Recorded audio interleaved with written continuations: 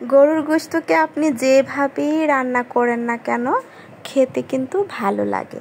তো আজকে আমি রান্না করব একটু ভেজে। গরুর গোশতটাকে একটু আগে ভেজে দেব মুচমুচে করে, তারপর রান্না করব। খেতে কিন্তু বিশাল স্বাদ হবে। তো আমি এখন দেখেন মূল রান্নায় চলে যাচ্ছি। এই যে বসিয়ে দিলাম। আমি প্রথমে কিন্তু একটু হলুদ লবণ দিয়ে গরুর গোশতটাকে সিদ্ধ করে নিয়েছি। ভালো করে সিদ্ধ হয়ে যাওয়ার পর অ্যাড করে দিয়েছি তেল। তেলের উপরে কিন্তু গোশতটা মুচমুচে করে ভেজে নিয়েছি। এটা কিন্তু এমনিতেই খাওয়া যাবে, ফ্রাই হয়ে গেছে। দেখেন কেমন মুচমুচে করে ভেজে নিলাম তেলের উপরে। এখন দিয়ে দিচ্ছি পেঁয়াজ, দিয়ে দিলাম রসুন। পেঁয়াজ রসুন একটু বেশি করে দিব, যেহেতু ভেজে রান্না করব। একটু ঘন ঘন ভাজা ভাজা টেস্টি করে রান্না করব। তো যাই হোক, এখন পেঁয়াজ রসুন দেওয়া হয়ে গেছে। পেঁয়াজ রসুনটা কিন্তু আমি পুরা করব না, পেঁয়াজ রসুনটা জাস্ট একটু সতে করে নিব, যেন পেঁয়াজ রসুনের কাঁচা ফ্লেভারটা চলে যায়। বাস এখন তেলের মধ্যে গোশতের সাথে পেঁয়াজ রসুনটা হালকা একটু ভেজে নিয়েছি। এখন দিয়ে দিব আদা বাটা।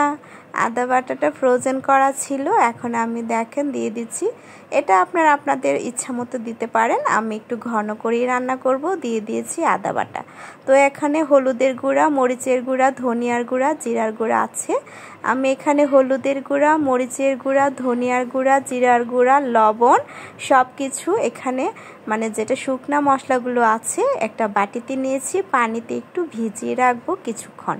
পানিতে ভেজানো হয়ে গেছে। আর এদিকে দেখেন আমার ভাজা হয়ে গেছে গোশত। আর এদিকে কিন্তু আমি দেখেন এদিকে এলাচ, দারুচিনি, তেজপাতা অ্যাড করে দিয়েছি। এখন কিন্তু মশলাগুলো অ্যাড করে দিলাম। মোটামুটি সব কিছু অ্যাড করা হয়ে গেছে। এখন কিছুক্ষণ কষিয়ে নিলেই রান্না হয়ে যাবে। ঢেকে রান্না করব, মশলার কাঁচা গন্ধটা চলে যাবে। তারপর কিন্তু রান্নাটা মাখো হবে। আপনাদেরকে আমি দেখাচ্ছি। এখন ঢেকে রান্না করলাম প্রায় 15 মিনিটের মতো। এই পর্যায়ে দেখেন এভাবেও চাইলে আপনারা রেখে দিতে পারেন। যদি আপনারা একটু মানে যেটাকে বলে গ্রেভি রেখে খেতে চান, তাহলে এইভাবে রেখে দিতে পারেন। তো আমি গ্রেভি রাখবো না, আমি একদম ভাজা করে রান্না করব। তো সেজন্য আরও আধা ঘন্টার মতো আমি অল্প আঁচে গোশতটা রান্না করব। তাহলে কিন্তু মশলাটা শুকিয়ে তেলে হয়ে যাবে, এবং তেলের উপরে কিন্তু গোশতটা আমি ভাজা করে রান্না করব। তো আর 15-20 মিনিট লাগবে, যাই লাগুক। আমি অল্প আছে ঢেকে রান্না করব।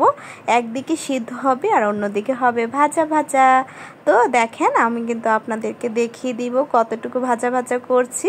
দেখেন আমার গোশতটা ভাজা হয়ে যাচ্ছে, আর কিন্তু সিদ্ধ হয়েছে তুলে নরম। আর উপর দিয়ে যে গ্রেভিটা হবে মুচমুচে। আর গোশতটা তো আমি আগে থেকেই মুচমুচে করে তেলের মধ্যে ফ্রাই করে নিয়েছি। অনেক মজা হয়েছে। ধন্যবাদ।